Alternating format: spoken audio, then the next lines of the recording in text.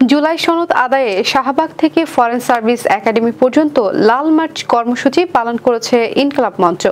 মঙ্গলবার বিকেল 4টায় শাহবাগ জাতীয় জাদুঘরের সামনে প্রথমে সমাবেশ করেন। পরে মিছিল নিয়ে ফরেন সার্ভিস একাডেমির দিকে যাত্রা শুরু করলে প্রধান উপদেষ্টার বাসভবনের সামনে সড়ক আটকে দেয় পুলিশ। এ সময় বক্তারা বলেন, রাষ্ট্র সংস্কার প্রশ্নে ইউনূস সরকার শুধু রাজনৈতিক দলের প্রতি দায়বদ্ধ নয়, এই সরকারকে প্রধান গুরুত্ব দিতে হবে জুলাই শহীদ পরিবার ও আহতদের মতামতের।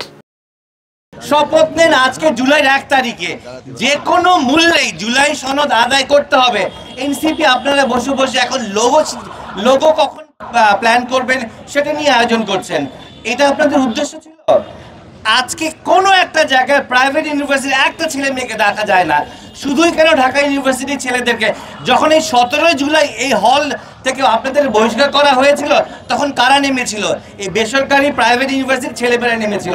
এবং এই আপনারা সবাই ভুলে গেছেন, আমরা ভুলি নাই। আপনারা আরেকটা ফ্যাসিবাদ গভর্নমেন্টের রূপ ধারণ করেছেন, এটা হতে দেওয়া যাবে না। আজকেই সেটা নিয়ে আপনারা শপথ করুন, আমরা শপথ করছি জুলাই সনদ আদায় করেই ছাড়বো যে কোনো মূল্যে।